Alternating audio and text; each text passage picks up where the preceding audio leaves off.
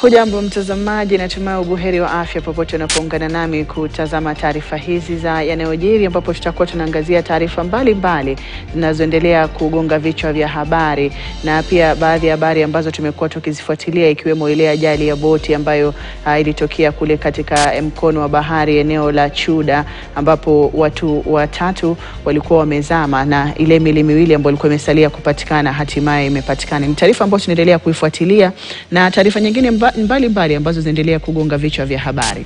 Karibu, jina langu ni Hadia Mwasiwa. Naam, tuanze na taarifa hii ambapo vile vile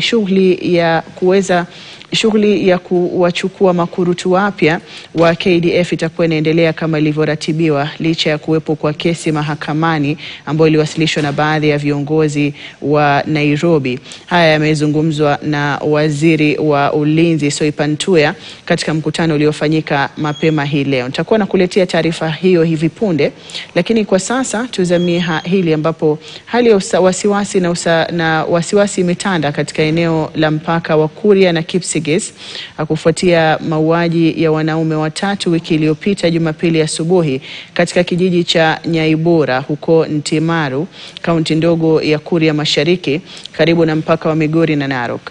Kisa hicho kinajiri wiki chache tu baada ya waziri wa usalama wa kitaifa Kipchumba Murkomen kufanya mkutano wa usalama katika kaunti ya Migori katika kushughulikia visa vinavyoongezeka vya utovu wa usalama eneo hilo.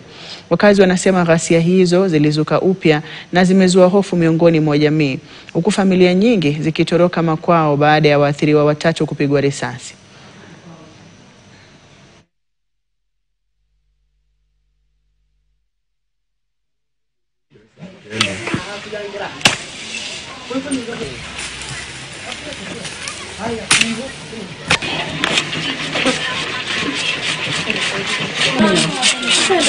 Jana wao ni wangu, mtoto wa kwanza.